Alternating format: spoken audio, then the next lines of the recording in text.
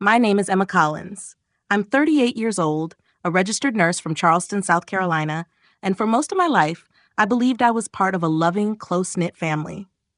That belief shattered one summer night under a canopy of fairy lights, when my parents, people I had spent decades caring for, defending, and serving, looked across the dinner table and made an announcement that quietly erased me from their world. It wasn't a scream, or a slap, or an argument that broke me. It was a smile.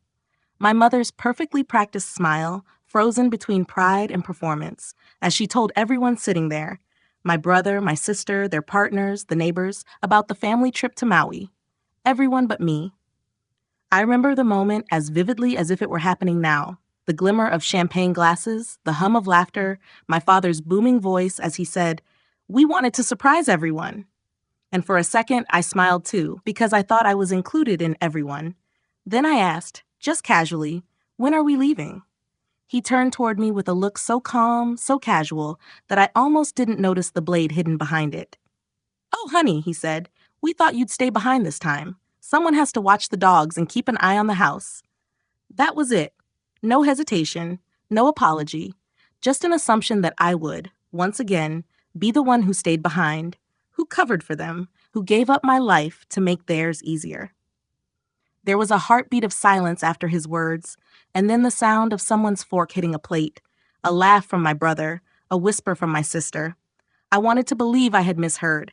I wanted someone to say, "Dad's joking," but no one did. I remember my throat tightening, the air leaving my lungs, and the world shrinking to the size of that dinner table. It wasn't the first time I had been left out, but it was the first time they said it out loud. They said it in front of everyone. And in that moment, something inside me cracked, quiet but irreversible, like the sound of glass under pressure. Sit back, relax, and stay with me until the very end of this story. Because what happened after that night changed everything I thought I knew about love, family, and what it means to belong. Before I go on, make sure you hit that subscribe button. It means more than you think. It tells me that stories like this matter, that you want more raw, honest tales about family, forgiveness, and the courage to start over.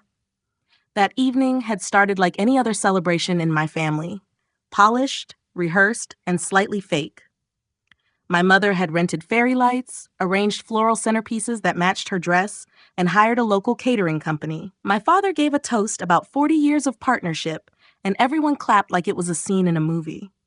My older brother Daniel, the successful lawyer, sat beside his wife, both of them glowing with that kind of smug, picture-perfect happiness that photographs well but feels hollow in real life. My younger sister Lily, the influencer, was live posting every moment to her followers. I poured drinks, smiled on cue, and told myself this was what family looked like. Messy, imperfect, but still something worth holding on to. When my parents called for everyone's attention, I didn't expect the moment to turn into an execution. My mom's eyes sparkled as she lifted her glass. "We wanted to thank you all for being part of our journey. And to celebrate, we're taking the entire family to Maui next week. It's going to be magical." I remember the cheers, the clinking glasses, the rush of excitement. Then a pause. My name never came up. I thought maybe they'd already told me privately that this was just for show. So I asked again, softly this time, "Wait, when did you book the tickets?" My father looked at me, half smiling, as if I'd missed an obvious memo. "You're not coming, sweetheart. We figured you'd stay and help out here. You've always been so good with the dogs. And it'll be nice for us to really relax for once." Laughter followed. Not cruel exactly, just careless. The kind that burns worse than mockery. My brother chuckled into his glass. My sister whispered something I didn't catch, but I saw her smirk. My mother kept smiling, as if she hadn't just disinvited her own daughter from the family vacation of a lifetime. I sat there frozen, feeling like a background extra in my own story. I wanted to say something sharp, something that would make them feel even a fraction of what I felt. But years of keeping peace, of swallowing pain, had trained me too well. I just nodded. Of course, someone's got to take care of things. I even smiled. Old habits die hard. Dinner went on. They talked about snorkeling, luau's, family photos on the beach. I poured more wine. I laughed when I was supposed to. I cleared plates while they planned excursions. And when it was all done, when the music faded and the guests started to leave, I walked to the kitchen, set down the last champagne glass, and quietly picked up my purse. No one noticed me leave. No one asked where I was going, and that told me everything I needed to know. Outside, the Charleston air was thick with the scent of jasmine and salt. I stood there under the soft hum of those fairy lights, thinking about all the birthdays I had planned for them, all the times I'd left my own life on pause because someone in this family needed me. I had been the fixer, the caretaker, the reliable one. But standing there under that glowing backyard sky, I realized I had become invisible. The dependable daughter, the one who stayed behind. I got into my car and started driving. No destination, no plan, just movement. The streets were empty, the moon high, and somewhere between the bridge and the diner off Route 17, I started to laugh. Not out of joy, but disbelief. The people who were supposed to be my roots had just cut me loose without a second thought. But maybe that was the point. Maybe sometimes life pushes you out of the nest in the ugliest way possible, just to see if you'll finally learn to fly. And I didn't know it then, but that night would become the quiet beginning of everything that came next. The heartbreak, the rediscovery, the art, and the kind of peace I'd been chasing my entire life. Now, I want to ask you something, just for fun, and to see how you'd react if you were in my shoes. Question: if your family planned a big vacation and forgot to include you, what would you do? A, confront them right there at the table. B, smile, say nothing, and quietly walk away. Comment your answer below with A or B. I'm curious which one you choose. The strangest part about betrayal is that it rarely arrives with thunder. It comes softly, disguised as politeness, wrapped in familiarity. That night, it came with the clinking of glasses and the smell of lemon cake, in the middle of what was supposed to be a family celebration. After my parents' announcement, I kept telling myself there had to be some mistake, that maybe they'd forgotten to mention me by accident, or the flight booking wasn't finalized yet. It's a funny thing. Denial. It feels like hope until it doesn't. For the rest of that evening, I watched the people I called family buzz around the table, laughing, planning, talking about Hawaii as if it were a dream we'd all share, except I wasn't part of that dream. My mother, ever the orchestrator, started assigning packing tips. "Daniel, don't forget the sunscreen this time," she said with a laugh. "Lily, you'll love the snorkeling, darling. There's a coral reef right near our resort." My father leaned back, cigar in hand, looking like the king of a small kingdom he thought he built himself. And me? I sat there with my glass of wine, my smile fixed so tightly it could have cracked. At one point, my mom turned to me and asked, "You don't mind watching over the house, do you, Emma? You've always been so good at keeping things organized." The way she said it, so casual, so certain, made me realize that in her mind, I didn't exist as a daughter anymore. I was an extension of the furniture, something that kept the place running while the real family lived their lives. I nodded, because what else could I do? Years of being the peacekeeper had made me fluent in silence, but inside, something was unraveling. I kept hearing her voice on a loop. "You've always been so good at keeping things organized." It sounded like a compliment, but it wasn't. It was a boundary disguised as gratitude. It meant you're useful, not loved. I had heard variations of that line all my life. When I was 12 and stayed home to help after Mom's surgery while my siblings went to Disney World. When I was 20 and missed my college graduation because Daniel's wife went into labor. When I was 31 and canceled a trip to the mountains because Lily needed me to dog sit. I had been useful for decades. I had mistaken it for belonging. Later that evening, when the guests started to leave, I overheard snippets of conversation that stuck to me like burrs. "Emma's so dependable," one of my aunts said. "They're lucky to have her." My father's response? "She's always been that way. She likes helping out." He said it proudly, as if it were an accomplishment of his parenting. I felt something inside me twist. Likes helping out. It's strange how people rewrite your identity until even you start to forget who you really are. After everyone left, I stayed to clean up. Not because anyone asked me to, but because it was muscle memory. I stacked dishes, folded tablecloths, and collected half-empty wine glasses, while my parents sat on the porch talking about flight itineraries.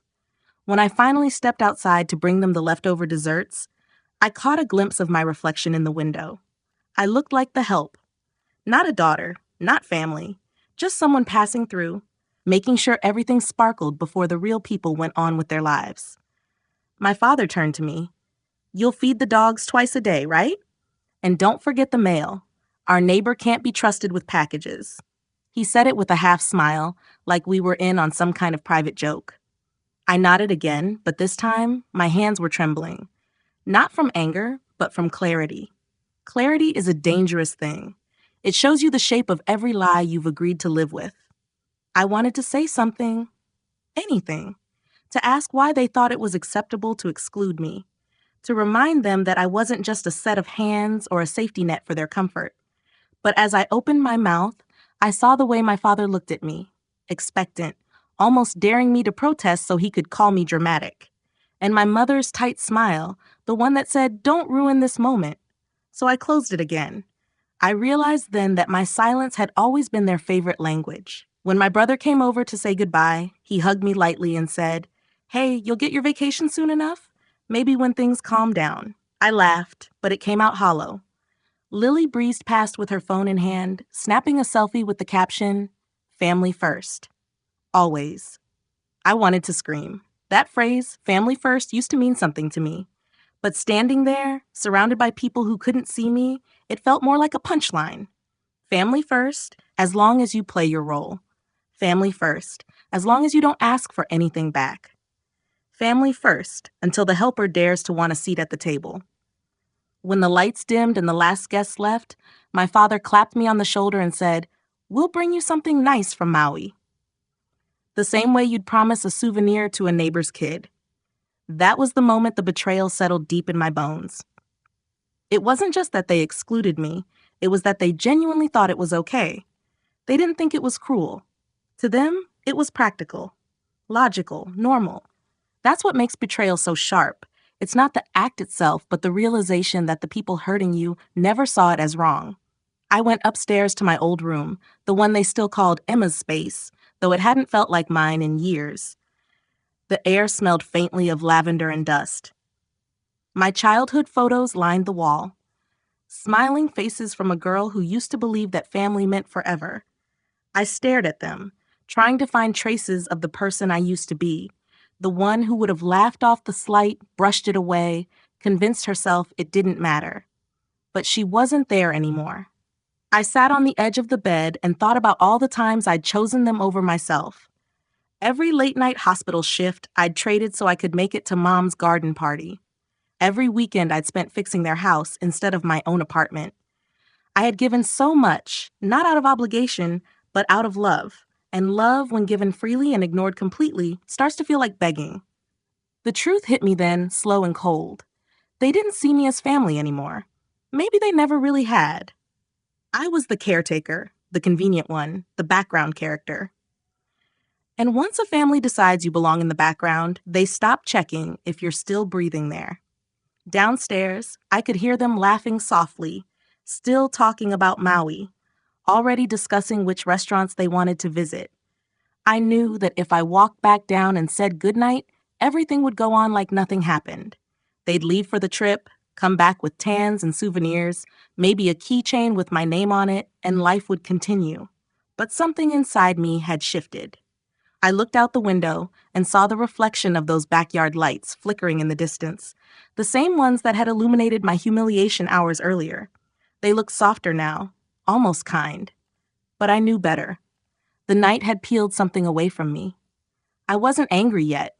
Anger would come later. What I felt was emptiness, vast and quiet. The kind that doesn't break you immediately, but sits inside you like a seed, waiting for a moment to bloom into action. And though I didn't know it yet, that seed would grow. It would lead me out of Charleston, out of that house, and into a life I never imagined possible. A life where being useful was no longer the price of being loved. The house was quiet after midnight, the kind of silence that settles over everything like a blanket of dust. The lights in the backyard had gone out, and only the faint hum of the refrigerator and the soft ticking of the hallway clock kept me company. I sat on the edge of my childhood bed, still dressed from dinner, staring at the wall as if it could offer an explanation. I wasn't crying. I thought I would, but there were no tears left to shed. The kind of hurt I felt that night didn't come with sobbing. It came with stillness, with a realization that you've been living in a house that was never truly your home. Leaving wasn't a decision, it was instinct, like when your hand touches something hot and your body pulls away before your mind can catch up. That's what it felt like, a reflex of survival. I had spent years bending, accommodating, excusing, and trying to belong. But that night, when my parents smiled and said I'd be staying behind to watch the house, something inside me stopped bending. It broke, not violently, but cleanly, like a bone that finally gave up on holding the weight. I grabbed my keys, my purse, and slipped my shoes on. I didn't even pack. I didn't think about what I'd need or where I'd go. I just needed to move, to breathe air that wasn't filtered through guilt and expectation. When I stepped outside, the Charleston night wrapped around me, humid, heavy, filled with the distant sound of cicadas. The stars were faint, washed out by the glow of the street lamps. My car was parked beneath the oak tree that had been there since I was a child. I remember climbing that tree once, falling, scraping my knees, and hearing my mother yell, "Emma, why can't you just be careful for once?" It struck me that even then, I was getting in trouble for falling instead of being comforted for being hurt. That memory came back with such force it almost knocked the breath out of me. The car door creaked when I opened it, loud in the stillness. I sat there for a moment, my hands on the steering wheel, the faint smell of coffee and antiseptic from my hospital scrubs still lingering in the car. I turned the key, and the engine sputtered to life. I didn't know where I was going. I just drove. The roads were empty, the kind of quiet that only exists after midnight.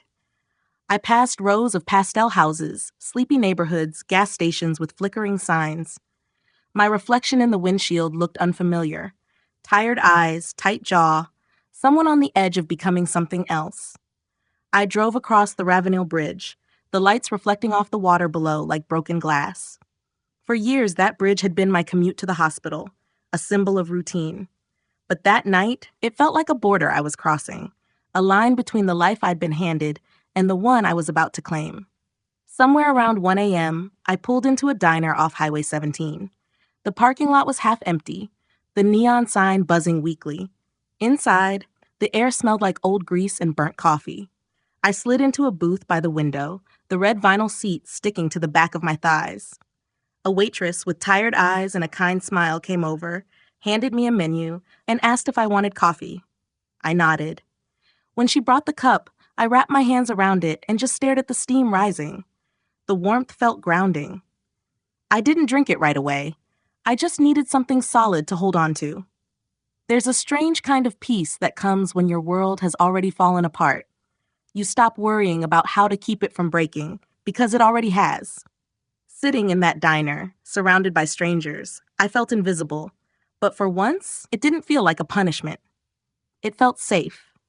No one there expected anything from me. No one needed me to fix or manage or perform. I was just another person passing through, and for the first time in my life, that was enough. A man in a booth across the room was eating pancakes, humming softly to himself. A trucker sat at the counter talking to the waitress about the weather up north. Everything about the scene was ordinary, but it felt sacred to me. There's a kind of holiness and simplicity when you've lived your whole life being complicated for someone else's comfort. I thought about how many times I had ignored this instinct, the urge to run, to choose myself. Every time I'd stayed, it was out of love, or what I thought was love. But love without respect corrodes. It doesn't fill you, it drains you quietly, until one day you wake up empty. My phone buzzed once on the table. It was a text from Lily. "Hey, I didn't know they weren't inviting you. I'm sorry." That was all it said. Short, sincere, a small flicker of warmth in a cold night. I wanted to respond, but I couldn't yet. I wasn't ready to talk about it, not when the wound was still fresh, still bleeding beneath my calm. I turned the phone face down and stared out the window. The parking lot light buzzed above a moth that kept slamming itself against the bulb. I wondered if that was what I'd been doing all these years, throwing myself at something that only looked like light. When the waitress came by again, she asked if I wanted to order anything. I asked for pancakes, mostly because it felt like the right thing to do in a diner at 2 a.m. When she brought them over, they smelled sweet and buttery, the kind of food that used to taste like comfort. I took one bite and realized I wasn't hungry. I wasn't anything. Just empty. I pushed the plate away, left some cash on the table, and stood up. Outside, the night air felt cooler. A light breeze carried the scent of rain from somewhere far off. I leaned against my car and looked up at the sky. The stars were faint, but one shone brighter than the rest. I found myself whispering out loud, "What now?" The sound of my own voice startled me. It felt foreign, like it belonged to someone else. But then I realized it did. It belonged to the version of me that had survived that dinner, that humiliation, that lifelong conditioning. She was fragile but alive, and for the first time, she was in charge. I drove home as the first light of dawn touched the horizon. The city was still asleep, the streets empty. My parents' house looked peaceful from the outside, but I could see through the illusion now. I parked in the driveway and sat there for a long time. I knew I couldn't stay, not just that night, but ever again. That place would suffocate me. I went inside quietly, the floorboards creaking under my steps. My parents' laughter still lingered faintly in the air, a ghost of the night before. In my room, I took out an old duffel bag and started packing without thinking too much about it. Just clothes, toiletries, my stethoscope, a few books, and the small box where I kept my sketch pencils. Then I grabbed a sticky note, wrote a single line, and left it on the refrigerator. "Don't worry, I'll be useful somewhere else." I closed the door behind me just as the sun started to rise, streaking the sky with pink and gold. The world looked soft and new, and for the first time in years, I wasn't afraid. I didn't know where I was going, but I knew what I was leaving behind, a lifetime of being everyone's backup plan. The road stretched ahead like a blank page. I started the engine, took a deep breath, and drove toward whatever waited beyond the horizon, feeling lighter with every mile I put between me and that house that had never really been home. The drive to Portland took 3 days. 3 days of highway silence, gas station coffee, and cheap motels where the sheets smelled faintly of bleach and cigarettes. I crossed state lines like they were chapters I was closing, each mile putting distance between me and a life that had long since stopped fitting. The radio barely worked, and somewhere around Kansas, it gave out completely. I didn't mind. The quiet felt like company. I could finally hear myself think, though what I heard wasn't peace yet. It was the low hum of grief. Grief for the person I had been, for the family I had lost, and for the home that had never really been mine. When I finally reached Oregon, the sky was a low gray ceiling, and the air smelled like rain. I remember parking my car on a side street in downtown Portland and just sitting there, watching the city move. It was early morning, and people were walking dogs, unlocking cafe doors, carrying paper cups of coffee with both hands. They all looked like they had places to be, while I had nowhere. Yet for the first time, that didn't scare me. It thrilled me. The studio I rented was above a small used bookstore on Alberta Street. The landlord, an elderly woman named Margaret, met me with a ring of keys and a gentle smile. "It's small," she warned, "but the neighbors are quiet." That was all I needed to hear. Quiet sounded like heaven. The apartment was barely larger than my old bedroom back home. The walls were painted the color of fading cream, and the floorboards groaned under my feet. There was one window overlooking the alley behind the bookstore, where the smell of roasted coffee beans from the cafe next door drifted up in the mornings. The space was modest, imperfect, and for the first time in years, entirely mine. I spent the first few nights sleeping on a mattress on the floor, surrounded by unpacked boxes. The hum of the city outside was different from Charleston's coastal lull. Here, the quiet wasn't heavy. It was alive. I could hear rain tapping on the window, bicycles gliding through puddles, muffled laughter from the bar down the street. It felt like the city was breathing with me. Finding work wasn't hard. There was a cafe a few blocks away called the Roasted Bean. It had chalkboard menus, hanging plants, and the kind of clientele that ordered oat milk and talked about astrology.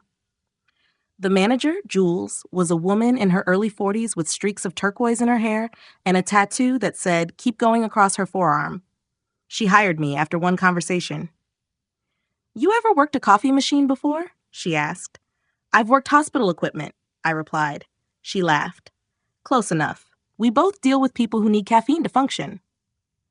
That first week, my hands shook while I steamed milk, not from nerves, but from the unfamiliar feeling of being somewhere new, somewhere untouched by my past.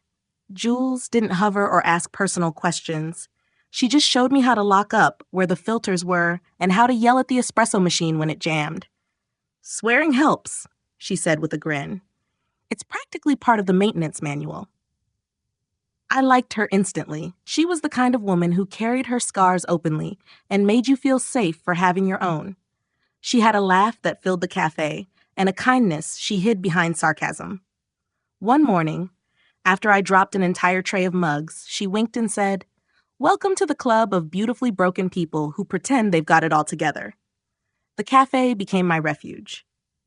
Each morning, I'd walk through the drizzle with my hood pulled up, the air sharp and clean, and unlock the door to the smell of ground coffee. The hiss of the espresso machine, the low murmur of conversation, the soft clink of ceramic cups, it all became a rhythm that stitched my days together. There was something healing about the routine. Unlike my family, the cafe didn't demand explanations or apologies. It just asked me to show up. At night, I'd go home, peel off my apron, and sit by the window with a cup of tea. From my view, I could see the back alley lit by a single yellow bulb, rain pooling in uneven puddles. Sometimes a stray cat would wander by, or a couple would argue softly under an umbrella. I started sketching again, lines of ink filling the pages of my old notebook. I hadn't realized how much of myself I'd abandoned until I began to pick up the pieces. There were nights when loneliness pressed against me like fog, thick, consuming, impossible to escape. I missed the familiar sounds of my old life, my father's booming voice, my mother's laugh from the kitchen, even Lily's chatter about her latest obsession. But missing them didn't mean I wanted to return. It meant I was learning to hold memories without letting them chain me. One Sunday, after closing the cafe, Jules and I sat outside under the awning, listening to rain. She smoked a cigarette, the smoke curling into the gray sky. "You're quieter than most people who end up here," she said, her voice soft but curious. "I've spent a long time trying not to be noticed," I replied. She nodded, blowing smoke to the side. "Portland's good for people like that. It lets you disappear until you're ready to be seen again." That line stuck with me. It felt true. This city didn't demand anything from me. It just gave me space to breathe, to be unseen without feeling invisible. Weeks passed, and the small rituals became comfort. Sweeping the cafe floor before opening, the hum of the coffee grinder, the first sip of my morning latte. On Sundays, I'd explore the city, antique shops, art galleries, the waterfront. I started learning people's faces, their routines. The woman with the golden retriever who walked past my building every morning. The man who sold flowers on the corner and always tucked an extra daisy into my bouquet. Slowly, life began to soften around the edges. But what changed me most wasn't the city, or the people, or even the work. It was the silence, the kind of quiet that lets you hear the smallest things, your breath, your heartbeat, the voice inside you that you'd silenced for years. I realized I'd spent most of my life surrounded by noise, not just literal, but emotional. The noise of expectations, of criticism, of pretending to be fine. And here, in this small apartment above a bookstore, that noise finally stopped. One night, I sat on the floor, a candle flickering beside me, and wrote a list in my notebook. All the things I'd been afraid to want. Travel, art, a home filled with laughter, friendship that didn't feel like work, love that wasn't earned through service. The list was long, but writing it felt like exhaling after years of holding my breath. Sometimes, when I locked the cafe after closing, I'd catch my reflection in the glass door, hair messy from the rain, apron dusted with flour, dark circles under my eyes, and I'd smile, not because I looked happy, but because I looked real. For so long, I had lived in performance. Here, I was just Emma. No titles, no roles, no expectations, just me. I didn't know what was coming next, but for the first time, I wasn't terrified of not knowing. I had found something that looked a lot like peace, even if it was small and fragile. And in that fragile peace, I began to understand something I never had before. You don't have to rebuild the life you lost. You can build a new one from the quiet. The morning I found the camera, it wasn't because I was looking for one. I had been wandering through the Portland Saturday market, killing time before my shift at the Roasted Bean. It was one of those gray mornings that smelled faintly of wet pavement and roasted nuts. The city was buzzing with weekend noise. Street musicians, vendors calling out prices, laughter cutting through the drizzle. I didn't feel like part of it, not yet. I still moved through the world like someone learning to walk again after years of being told to stand still. But something about that morning tugged at me, a quiet pull I couldn't explain. I stopped at a booth selling old records and postcards. The man behind the counter looked like he'd been carved out of another decade. Silver beard, denim jacket, the faint smell of tobacco.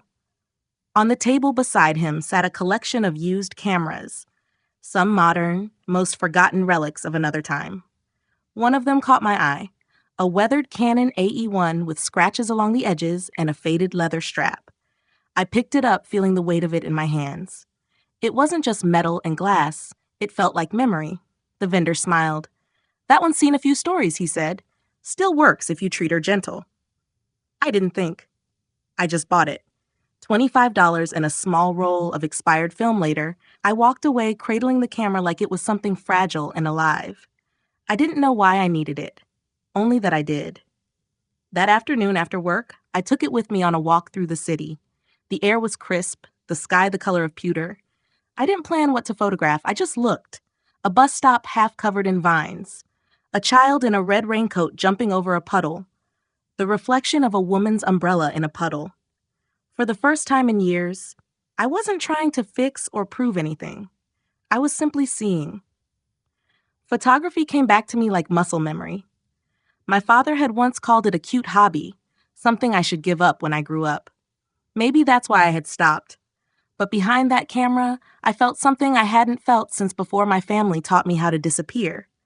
Presence.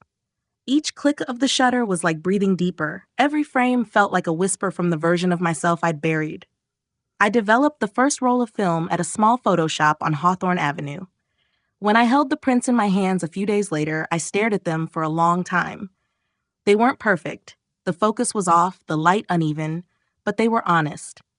The world looked softer through that lens, more forgiving.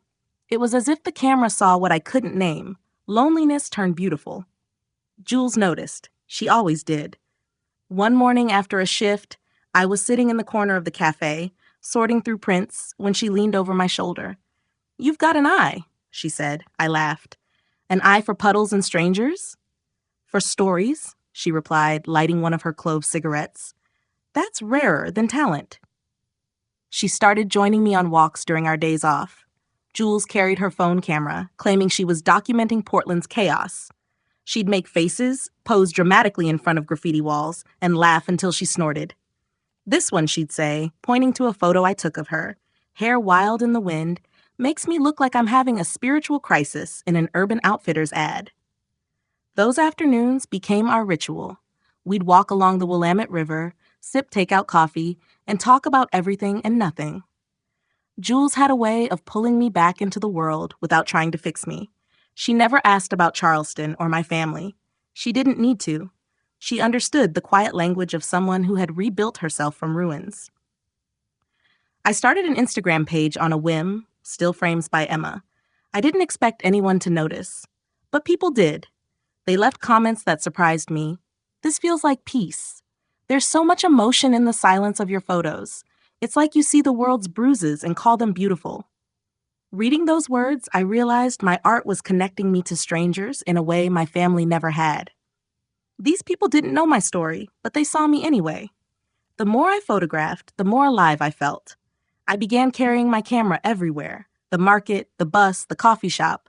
I started capturing hands, reflections, laughter. I stopped trying to make my photos pretty and started making them true. Each image became a small confession. I am still here. I am still becoming. Money was tight, but I didn't care. I lived simply. Instant noodles, thrift store clothes, a secondhand lamp that flickered like it had opinions. The heater in my studio barely worked, and I could hear the sound of the bookstore's radio beneath my floorboards late at night. But there was joy in the struggle. For the first time, every hardship felt like it was mine. One rainy evening, while closing the cafe, I looked up from wiping tables and saw a customer staring at a print I'd pinned behind the counter, a photo of an elderly couple holding hands under a shared umbrella. He pointed to it. "Did you take that?" I nodded. "It's beautiful," he said. "There's love in it. How much for a copy?" I laughed nervously. "It's not for sale." He smiled. "Everything's for sale. But if it's yours, keep it that way." That night, I walked home under the rain, that conversation looping in my head. I realized that maybe art wasn't about selling or proving. It was about claiming space in a world that once made you feel like you didn't deserve any. Weeks passed, and my camera roll grew. Dock workers hauling crates at sunrise, a stray cat perched on a bicycle seat, a woman dancing alone in a park. Each frame told a story I didn't have to explain. I started experimenting with light, capturing the way fog moved through the streets in the morning, how reflections clung to wet glass. Sometimes I'd wake up early just to chase a particular shade of dawn. One day, Jules surprised me by printing one of my photos, a shot of the cafe window reflecting the street outside, with my shadow faintly visible in the glass. She framed it and hung it near the counter. "You belong here," she said simply. I stared at it for a long time, not because it was a great photo, but because of what it meant. I had gone from invisible to seen, from background to creator. The girl who once poured drinks at her parents' dinner table had found a way to pour herself into the world differently. Through art. Through connection. There was still loneliness, of course. Some nights I'd look at my phone, half expecting a message from my family, even though I knew it wouldn't come. But then I'd pick up the camera, and the loneliness would turn into light. Photography became a bridge, not to them, but to myself. It reminded me that even if they never saw me, I could still see me. I didn't know it yet, but those photos, those quiet walks with Jules, that simple act of noticing the world again, it was all leading me towards something bigger. Something that would ask me to step out of the shadows completely. But for now, I was content with the stillness, with the click of the shutter, with the soft hum of rain against the window. It wasn't the life I thought I'd have. It was better. It was mine. It started with a vibration on the counter, a simple phone buzz that cracked open a silence I had worked months to build. It was a Tuesday evening. The cafe was nearly empty, the smell of espresso still hanging in the air like warmth that refused to fade. I had been wiping down tables, half listening to the rain tapping against the window, when I saw the name flash across the screen, Daniel, my brother. The golden child, the one who always called when my parents didn't want to. For a second, I just stared at the screen, the familiar ache rising in my chest. The last time we'd spoken was before I left Charleston, before the dinner, before the trip, before I'd quietly walked out of their lives. Part of me thought about ignoring it, pretending I hadn't seen the call. But curiosity, that old betrayer, made me answer. "Emma," he said, like the name was heavy on his tongue. "Hey, how've you been?" I almost laughed. How have I been? It was such a useless question from someone who never cared about the answer. But I played along because old habits die hard. "I've been fine, Daniel. Busy, working." There was an awkward pause, the kind that sits in the air and hums with things unsaid. Then he cleared his throat. "Listen, Mom wanted me to ask if you could watch the dogs next week. The neighbor's kid canceled last minute and, well, you're good with them. It's just a week." It took me a moment to process what he'd said. The dogs. They were asking me to watch the dogs while they went on vacation, the Maui trip that had started this whole spiral. I felt something inside me harden, the way metal does when it's finally forged in fire. I didn't yell. I didn't even raise my voice. "Tell Mom I'm not available." "Come on," he said, as if I just declined an invitation to brunch. "It's not a big deal." "Maybe not for you," I replied, "but it's a deal for me." He sighed, frustrated. "You don't have to make everything personal, Emma." I smiled, even though he couldn't see it. When your family treats you like an employee, personal is all it gets. And then, before he could respond, I hung up. The silence that followed wasn't peaceful, but it was clean. It felt like closing a door that had been open too long. That night, I sat by my window, camera on the table beside me, listening to the soft rhythm of the rain. I should have felt proud, but what I felt was exhaustion, the kind that seeps into your bones after years of carrying too much. I thought about how often I had been told I was too sensitive, how many times I had swallowed anger and called it maturity. But when you spend your life being quiet for others' comfort, you forget what your own voice sounds like. 2 days later, my phone rang again. This time, time, it wasn't Daniel. It was my father. I froze. His name on the screen made my stomach twist. I hadn't heard his voice since that night at the dinner table. I let it ring once, twice, 3 times, and then, maybe out of curiosity or habit, I answered. "Emma," he said, his tone flat, almost casual, "I left a message with your brother. Did he tell you about the dogs?" "I got the message," I said. "Good. I figured you'd have time. It's just a week." I took a breath. I had rehearsed this conversation in my head 100 times, but the real thing still shook something deep inside me. "No, Dad, I'm not doing it." He laughed, short and sharp. "Don't be dramatic. It's a simple favor." "It's not a favor," I said quietly. "It's a pattern." He paused. "What's that supposed to mean?" "It means you only call me when you need something. It means you think I exist to make your life easier. I'm done with that." His tone shifted, that familiar edge creeping in. "You're overreacting again. You always do this." And there it was, the sentence that had followed me my whole life. "You're overreacting." It was the family mantra, the invisible leash that had kept me in line. I felt the heat rise in my chest, but I didn't let it take over. My voice stayed steady. "No, I'm not. You hurt me, Dad. You told a room full of people that I wasn't part of this family. And now, months later, you're asking me to babysit your dogs. Do you hear how cruel that sounds?" "It was a joke," he said quickly. "You're too sensitive." I closed my eyes. If it was a joke, it wasn't funny. You made me feel small. You made me feel invisible. And now you want to pretend it never happened. He huffed into the phone, the sound of his patience thinning. "You think you're better than us now? Living in that city, working some coffee job?" I let out a soft laugh, one that surprised both of us. "No, Dad. I don't think I'm better. I just think I'm finally free." There was a long silence. I could hear the faint hum of a television in the background, the sound of my mother's voice somewhere distant. He didn't know what to say next. For once, he didn't have a script. "I don't want to lose you, Emma," he said finally, his tone softer. "You already did," I replied. "You just didn't notice until you needed something." And then I did the thing I had never done before. I hung up first. Afterward, I turned off my phone, poured myself a glass of wine, and stood by the window watching the streetlights flicker against the rain. My reflection in the glass looked unfamiliar again, but not in a bad way. I saw a woman who had finally stopped apologizing for existing. A woman who had decided that peace wasn't something she had to earn by staying small. Later that night, I posted one of my photos online, a picture of waves crashing against the pier, spray catching in the light like shattered glass. I captioned it, "Sometimes peace doesn't come from being included. It comes from walking away." Jules saw it the next morning and slid her phone across the counter toward me. "This one hit hard," she said. I smiled faintly. "It's the truth." "Good," she replied. "The truth looks good on you." That day, as I worked behind the counter, pouring lattes and scribbling names on cups, I felt something I hadn't felt in years, weightless. Not because the pain had vanished, but because I had finally stopped carrying what wasn't mine. My family didn't call again that week, and for the first time, I didn't wait for them to.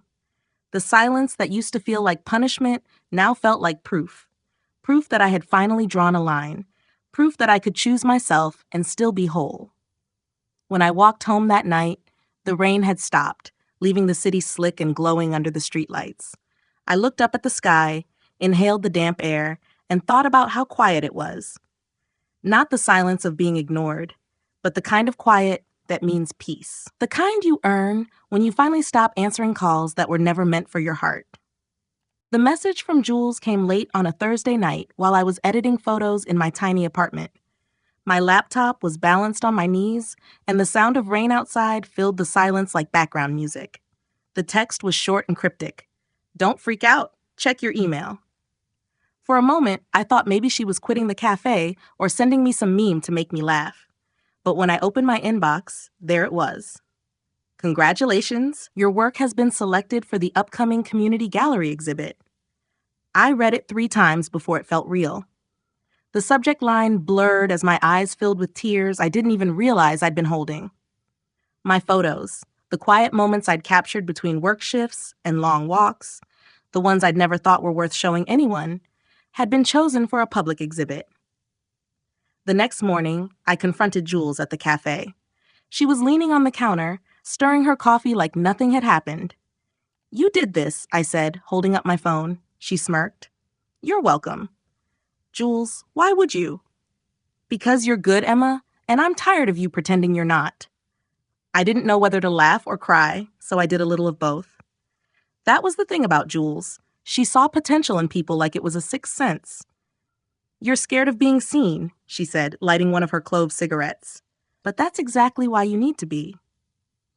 The following weeks were a blur of preparation. I chose 5 photographs for the exhibit, images that felt like chapters of the new life I'd built. A fisherman watching the sunrise on the pier, a child reaching for soap bubbles in the park, Jules sitting on a rooftop, hair wild in the wind, flipping off the sky, a long exposure of headlights fading into the fog, and my favorite, an abandoned boat hull with graffiti scrawled across it. "Not all who wander are lost. Some are just done being found." Each piece felt deeply personal, like a page from my journal laid bare. I titled the collection "The Spaces Between." Jules helped me print and frame them, her hands steady while mine trembled. "You know," she said one evening, "people spend their whole lives trying to find what you already have, the courage to start over." I didn't feel courageous. I felt exposed. Vulnerability, I realized, isn't the absence of fear, it's moving through it anyway. Opening night came faster than I expected. The gallery was small, tucked between a florist and a record store in downtown Portland. The windows glowed with warm light and people spilled onto the sidewalk, holding plastic cups of cheap wine. I stood outside for a moment, frozen. My name, Emma Collins, was printed on a simple white placard by the door. It looked strange there, official, like it belonged. Jules nudged me. "Breathe, Picasso," she whispered. "And try not to faint near the canapes." Inside, the walls were lined with local art, paintings, sculptures, photographs. My section was near the back, a small alcove with soft lighting. The first time I saw my photos framed on the wall, my throat tightened. They looked different, bigger somehow, like the pieces had been waiting for this moment all along. Underneath them was a short quote I'd written the night I hung up on my father. "Peace isn't found in places that welcome you. It's found in places that let you breathe."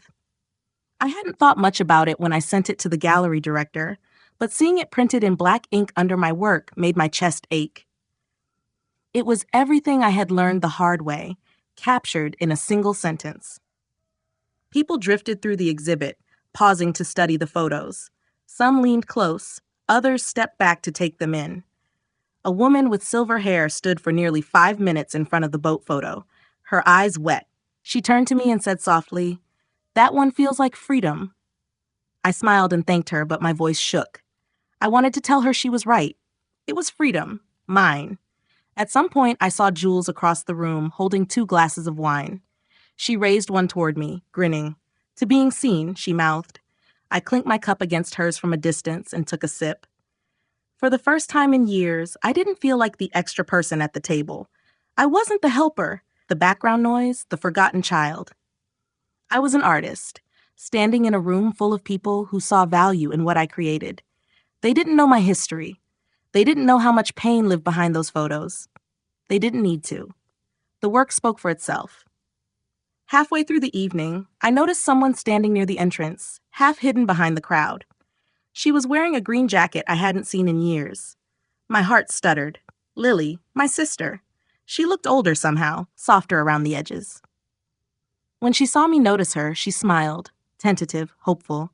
She approached slowly, as if afraid I'd disappear if she moved too fast. "Hey," she said quietly, "I saw the flyer online. I had to come." I swallowed hard. "I didn't expect you." "I know," she said, eyes shining, "but I wanted to, and I needed to say I'm sorry, for that night, for not speaking up, for letting them treat you that way. You didn't deserve it." Her words hit something deep inside me. I wanted to say I forgave her, but forgiveness is complicated. It isn't a switch you flip. It's a door you learn to open slowly. So instead, I hugged her, a quiet, trembling hug that carried years of silence in its arms. When we pulled apart, she reached into her bag and handed me a small envelope. "I thought you might want this." Inside was a Polaroid photo of me at age 10, holding a plastic camera with both hands, grinning at something outside the frame. "You used to take pictures of everything," she said. "I kept this because I knew, even then, you saw the world differently." I didn't speak. I just looked at that picture, the little girl who hadn't yet learned what it meant to be invisible, and felt something in me soften. The rest of the evening passed in a blur of faces and congratulations. Someone bought the photo of the boat for $250. It wasn't about the money, it was about being chosen, about proof that what I made mattered. After the crowd thinned out, Jules found me standing near the wall, staring at my name on the placard again. "You did good, Collins," she said. I smiled through tears. "It doesn't feel real." "It is," she said, squeezing my shoulder. "You earned this, every inch of it." Later, as we walked home under the soft glow of streetlights, the city quiet around us, I felt a calm I'd never known before. Not joy exactly, but something steadier. Acceptance. I had spent so many years trying to be seen by people who refused to look. And now, here I was, seen by strangers, loved by friends, and proud of myself without needing permission. That night, when I lay in bed with the Polaroid beside me, I thought about that little girl holding her camera, and I whispered to her, "We made it." It wasn't a victory speech, just a promise kept. I finally understood that recognition doesn't always come from the places we expect. Sometimes it comes from the life we build out of our own brokenness and the courage to share it with the world. A week after the gallery closed, I received a postcard in the mail. I almost didn't notice it at first. It had slipped between a grocery flyer and a utility bill. When I turned it over, my chest tightened. The front showed a sunset over the beach, the kind of postcard you buy in an airport gift shop. On the back, written in my mother's looping cursive, were 4 words, "Wish you were here." No explanation, no apology, just a photograph of Maui and a sentence that felt like a dare. I stood there by my mailbox, the Oregon drizzle clinging to my hair, and felt the familiar ache rise in my chest. But it was quieter now. A year ago, that kind of message would have broken me. Now it only confirmed what I already knew. I didn't belong in their story anymore, and that was okay. I slipped the postcard into a drawer when I got home, between my lease papers and a few old sketches. It didn't deserve the weight of memory.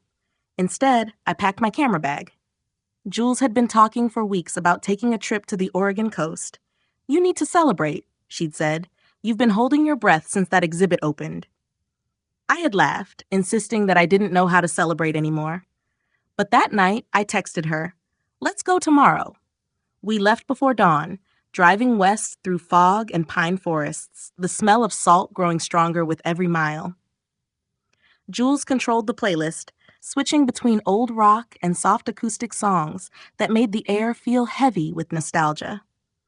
She hummed under her breath, occasionally tapping her fingers against the dashboard. Neither of us said much.